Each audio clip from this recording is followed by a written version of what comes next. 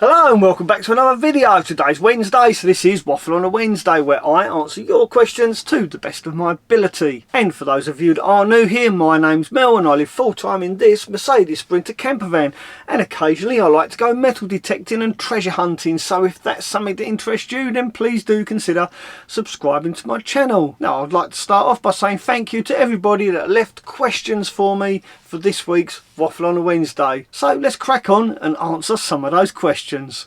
Now, unsurprisingly, I've had quite a few questions concerning Rebecca's new van, and also some questions concerning the maXpeedingrods diesel heater, which, by the way, the Bluetooth works absolutely perfectly fine thanks to Rebecca. So let's start off by reading some of those comments about Rebecca helping me sort out my Bluetooth connectivity problems. So embarrassing. And such comment comes from T. Stewart. The power of a woman, Mel. Should you decide to fit one of these units to your van, which one do you think you would prefer? Well, T. Stewart, I'm actually considering fitting the 5 kilowatt diesel heater behind my toilet and underneath my wood burner right here, so that when I remove the 2 kilowatt heater that's in my van, I can install it into Rebecca's van. But why would I want to do that, you may ask? Well, I have been experimenting with the 2 kilowatt heater and it does work perfectly fine in my van. But if you've seen some of my previous videos, you'll know that I like to heat the underneath of my bed as well during the winter, and I don't think the 2 kilowatt heater is quite up to doing that. So I'm going to try and replace the 2 kilowatt heater with the 5 kilowatt heater, although I am really tight for space, so it really does depend if I can fit that 5 kilowatt heater in the tiny space that I have in my toilet cupboard. And if I can, I will have 2 branches coming off of that heater, one heating the area at my living space and another branch channeled off and directing hot air to underneath my bed where my water tank and my batteries are kept. After all, I don't want my water freezing during the winter, and I most definitely don't want my batteries getting too cold either. So if you'd like to see a grown man struggle in a tiny little cupboard with a big heater, then make sure you stay tuned, subscribe to my channel and hit the notification bell. That way you won't miss me fitting that new 5 kilowatt diesel heater. But I guess the big question is, will I need Rebecca's help to pair that heater up to my Bluetooth on my phone? Now, talking about maXpeedingrods and their diesel heaters, I was quite surprised that quite a few people, several in fact, asked me if those diesel heaters could be installed into a building, i.e. a shed, a garage, and one person even asked if he could install it into his living room and direct the exhaust up his chimney. Now, I wouldn't recommend you do this because there is a danger of getting a downdraft from your chimney and carbon monoxide entering your living room. But seeing as though so many people asked this question, I myself then approached maXpeedingrods and asked them exactly the same question. Well, they simply answered by saying yes, it is possible, and as a matter of fact, we've just developed another heater with this in mind, and they're going to send me one of those heaters to do a video review on. So there will be another diesel heater review video coming very soon. So if you are thinking about installing a diesel heater into a building or an outbuilding, a garage, shed for instance, then please do stick around. I will make that video as soon as I possibly can. Now, sticking with the diesel heater theme, that looks handy, Mel. I have a burning question for you, no pun intended. Can or could you be able to connect a Bobble van water heater system to one of those units?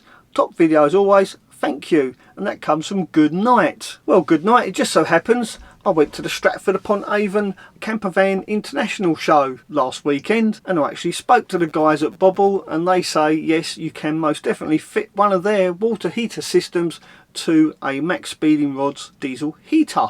And when the time comes for me to build a bigger van, that's exactly what I will be doing. I had a real close look at the Bobble water heater systems, and to me it's a no-brainer to fit one of those systems to your camper van. After all, most people fit diesel heaters to their vans anyway, so why not fit a Bobble water heater system too? It makes perfect sense to me. Thanks for the great question. Now, one more question about the diesel heater, and this comes from Simon. Evening, Mel, just a quick question. We love a quick question. Can the handle on the maXpeedingrods diesel heater be removed? I think it might be too big to fit under my seating. Great video, by the way, 10 out of 10, regards. Well, Simon, no, the handle cannot be removed from the diesel heater standalone unit unless you attack it with an angle grinder, of course. but I wouldn't do that. That may void your 12-month warranty. However, like I mentioned earlier, maXpeedingrods are going to be sending me another standalone unit that is designed for using in outbuildings. And I see no reason why you couldn't actually use that same unit inside a camper van. And it does have a much lower profile because the heater and the tank stand side by side rather than on top of each other. Therefore, it gives you a much lower profile. So stick around for that video. Thanks for the great question. Now, before we move on and answer some questions concerning Rebecca's van, let's answer some technical questions. First one comes from Taryn James. Hi Mel, can you help me out? I'll do my best, buddy.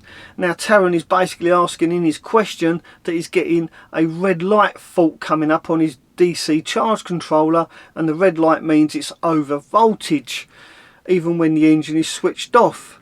Well, Taryn, that red light means that at some point your alternator has been putting too much voltage into the charge controller.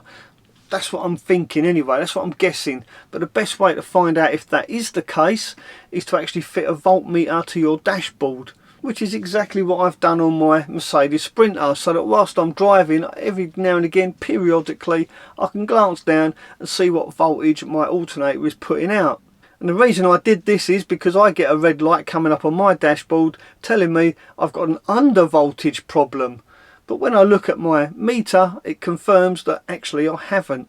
And I think this problem occurred for me because I've got an uprated alternator fitted to my van. But because I've got a voltage meter fitted to my dashboard, I can actually see that the voltage is perfectly fine. And I don't have to worry about any issues. And that's why I suggest that is where you start. Start by checking the actual voltage that is coming off of your alternator.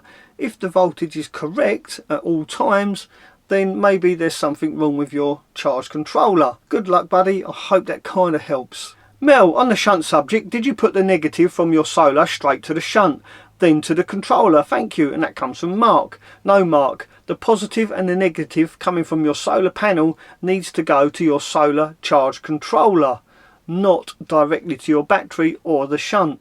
And if any of you out there are wondering what a shunt is, I made a video all about shunts. It's called Shunt for Dummies. I'll put a link to that video up here.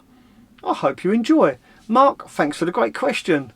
And good luck with your install. Now, a regular feature of Waffle on the Wednesday is Troll of the Week. But before we have this week's Troll of the Week, I'd like to read out a more positive comment of the week. And this comes from Paul Singleton. Oops, should have put my phone on silent. Rookie mistake. Hi Mel, great video. However, I've not got a comment, but thought I would leave this just for the algorithm. Smiley face, thumbs up. Well, thank you, Paul Singleton. That's really kind of you to leave a comment purely for the algorithm. But if you really want to help my YouTube channel grow, the best way to let the algorithm know that you enjoy my videos is to actually watch my videos to the very end. And not only does it help my channel grow, sometimes at the end of my videos I put the outtakes and they can be quite funny and entertaining. Well, I hope they are anyway. So thank you, Paul, for the comment and your support. Really appreciate it. Don't forget to give this video a thumbs up because that also helps the algorithm. So on that note, let's have this week's Troll of the Week. Troll of the Week.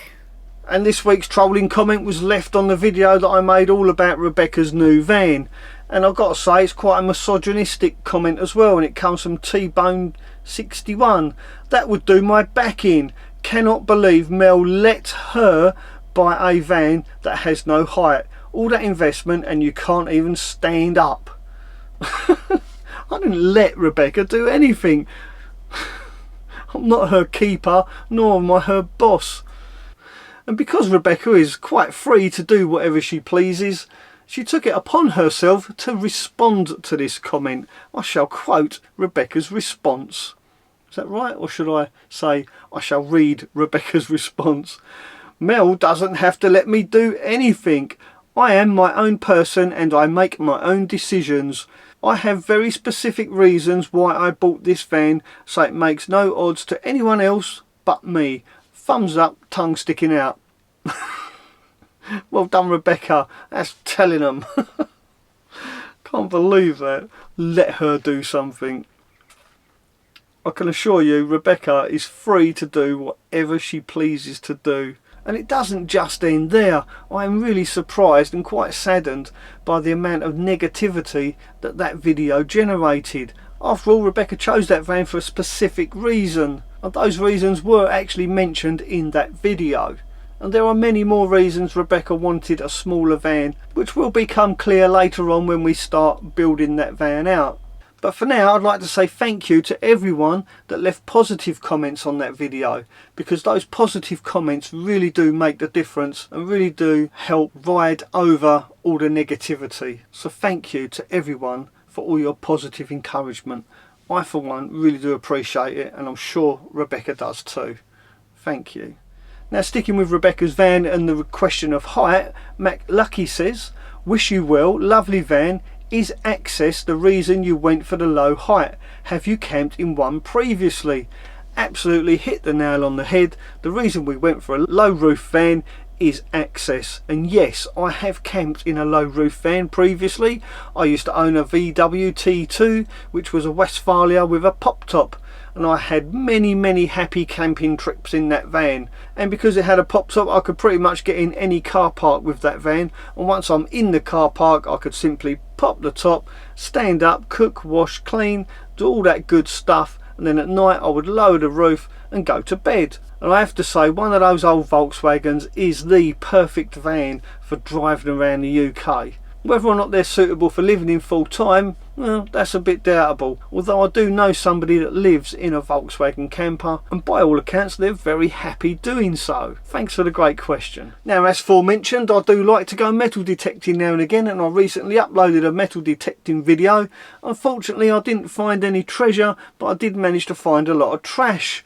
And because of that, quite a few people suggested this, and I will read this one out from Anthony Fernwood. Mel, maybe you should charge the council for cleaning up the beach. Well, I don't know about charging the council for cleaning up the beach, but occasionally I do manage to find enough money to pay for my parking, so I really don't mind. Well, I hope you found this video mildly entertaining, slightly informative. If you did, then don't forget to give it a thumbs up, and I'll see you next time. Ta-ra for now. Now, here's a great tip for preventing rust, and it comes from the Rochdale Rambler, and he simply says, you prevent rust by not buying a Merc. Thanks for that.